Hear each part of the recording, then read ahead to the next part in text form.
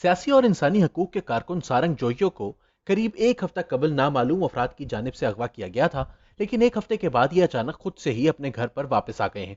सारंग के वालिद ताज जोइयो, जो कि खुद भी एक दानिश्वर और सियासी कारकुन हैं, के मुताबिक कराची में इनके बेटे को नामालूम अफराद की तरफ से उठा लिया गया था, लेकिन कल रात सोहराब गोट के इलाके में तकरीबन रात 1 बजे इन्हें छोड़ दिया गया, जहां से वो टैक्सी लेकर अपने घर आ गए। सितम जरीफी तो यह है कि जिस वक्त सारंग जोइयो मुबैना तौर पर जबरी गुमशुदगी की सूरत हाल से गुजर रहे थे, इसी दौरान इनके वालिद ताज जोइयो को सदारती तमगा बराए हुस्न कारकर्दगी के लिए नामजद कर दिया गया। ताज जोइयो ने इस एजाज को लेने से इनकार कर दिया। अब जबकि इनके फर्जंद जैसे अचानक गायब हुए थे वैसे ही वापस आ गए हैं, सारंग जोइयो ने सेनेट की कमेटी बराए इंसानी हकूक में पेश होने के बाद नया दौर से बातचीत की है और कहा है कि वो ये एजाज लेने से इनकार करने का फैसला पहले ही कर चुके थे। बेटे की गुमशुदगी ने इनके फैसले को मजीद सख्त कर दिया। उनका कहना था कि जब तक इस मुल्क का एक भी बेटा जबरी तौर पर गुमशुदा है, वो ऐसा कोई एजाज नहीं लेंगे। उन्होंने वफाक की जानिब से सिंधी जबान को सरकारी जबान करार ना देने पर भी एहतजाज किया। सुनिए उन्होंने क्या कहा। मेरे बेटे को अगवा किया जाता हो या ना, मैं ये अवार्ड वापस लेता, क्योंकि ये मैंने फैसला पहले ही किया था। ये तो अचानक उन्होंने 11 तारीख को मेरे बेटे को तो जो जबरी तौर गुम कर दिया, तो उस मेरे फैसले में शिद्दत आ गई।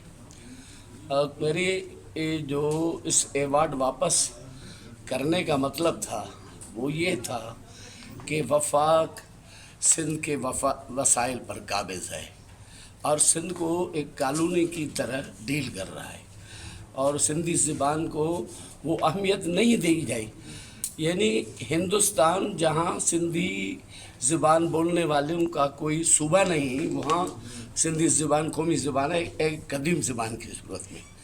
लेकिन यहाँ अपने मुल्क में और जिस मुल्क को बनाने में सबसे पहले जिस जो मुल्क था पहले अंग्रेज़ से, सिंध ने उसमें करारदाद पेश की थी 40 के बाद, तो उसको ये सज़ा दी गई है कि उसकी ज़बान को ख़त्म कर दो, उसकी ज़बान की को कौमी हैसियत न दो, सिंधु दरिया पर डैम बना दो। पूरी दुनिया का कानून, इस्लामी अखलाकी आलमी कानून ये है कि दरिया जो है वो यानी जो आखिरी इलाके होते हैं उनकी मिल्कियत होता है। नील दरिया कहाँ से भी बहता हो, 10 मुल्कों से बहता है, लेकिन मिल्कियत जो है मिस्र की है, उसकी इजाज़त के सिवा कहीं डैम नहीं बन सकता। तो ये आज का थोड़ी 1885 से ये झगड़ा पंजाब से चल रहा था। अंग्रेज़ों ने उनको ये इजाज़त नहीं दी। 1935 का जो एक्ट था और 1945 का एक्ट, दोनों में जो है ये बात मौजूद, राय कमीशन में ये बात मौजूद है। लेकिन पाकिस्तान बनने के बाद तो हम बैठक बन गए ना। और बंगालियों ने जब अपनी ज़बान का आवाज़ उठाया कि 48 में जिन्ना साहब ने कहा कि पाकिस्तान की ज़बान उर्दू न बंगाल की ज़बान है, न सिंध की ज़बान है, न पंजाब की, न बलूचिस्तान की, न ही पख्तूनख्वा की। ठीक, ये तो बाहर से आए लोग, लेकिन हमने इसका एहतराम किया, क्योंकि जब तक मेरी सरजमीन का एक बच्चा भी जबरी तौर गुम होगा, मैं जदोजहद जारी रखूँगा। ताज जोइयो ने बताया कि इनको फोन करके बताया गया था कि इनके बेटे का दफ्तर सील कर दिया गया है और उन्हें कहा गया है कि इनकी नौकरी भी खत्म की जाएगी। इस पर ताज ने कहा कि मैंने उसको रक्षा ले दिया है, इसे मुलाजमत की जरूरत नहीं। मेरे बच्चे जदोजहद जारी रखेंगे, उनकी मुलाजमत ख़त्म, मैंने इन्हें बता दिया। आज मुझे फ़ोन करके बताया गया कि तुम्हारे बच्चे की ऑफिस हमने सील करवा दी है और इंशाल्लाह उसकी मुलाजमत भी मैंने कहा मैंने उसको रक्षा लेकर दिया है पहले ही।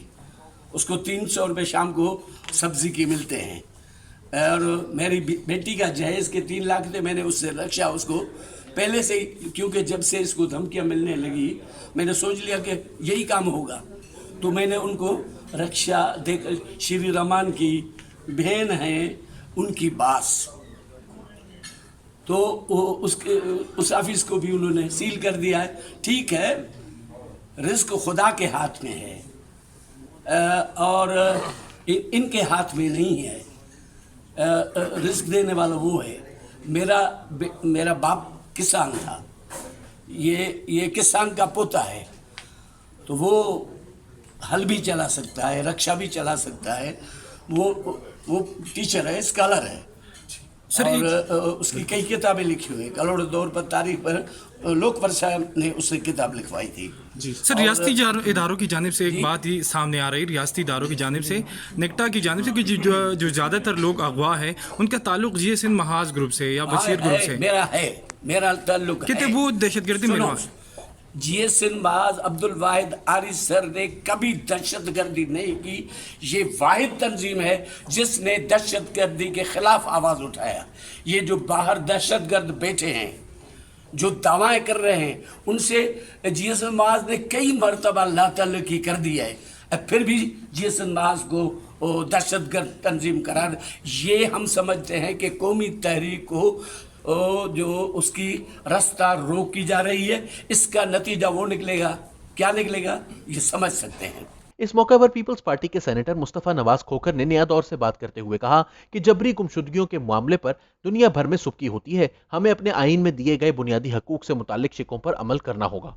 ये होगा कि हम एक ऐसा इशू है कि जिसकी वजह से हमें इंटरनेशनली और डोमेस्टिकली काफ़ी क्रिटिसिज्म का सामना करना पड़ता है कि तमाम स्टेक होल्डर्स को बुलाकर इसमें एक ऐसा काबिल अमल फार्मूला बनाया जाए कि जिसमें जिनके प्यारे गायब होते हैं वो भी उनको इस कर्ब से आज़ादी मिल सके। और फिर हमारे जो अगर कानून के अंदर कोई हुक्म है तो हम बैठकर बात करने के लिए तैयार हैं कि किस तरीके से उनको बेहतर बनाया जा सकता है। लेकिन सरेदस्त तो हमें आइन जो पाकिस्तान का है, जिसमें फंडामेंटल ह्यूमन राइट्स गारंटीड है, हमें उन पर तो अमल करना होगा। Thank you.